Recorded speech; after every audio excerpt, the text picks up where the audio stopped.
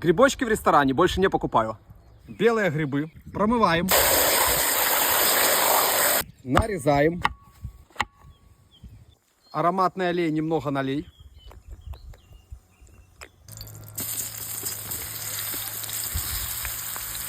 Стебли цибульки.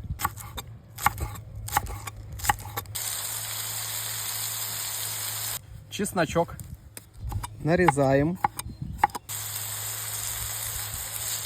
Острый молотый.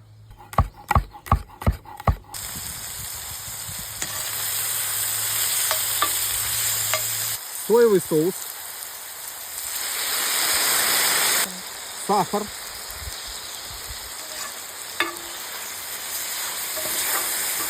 Нарезаем вот так вот перья.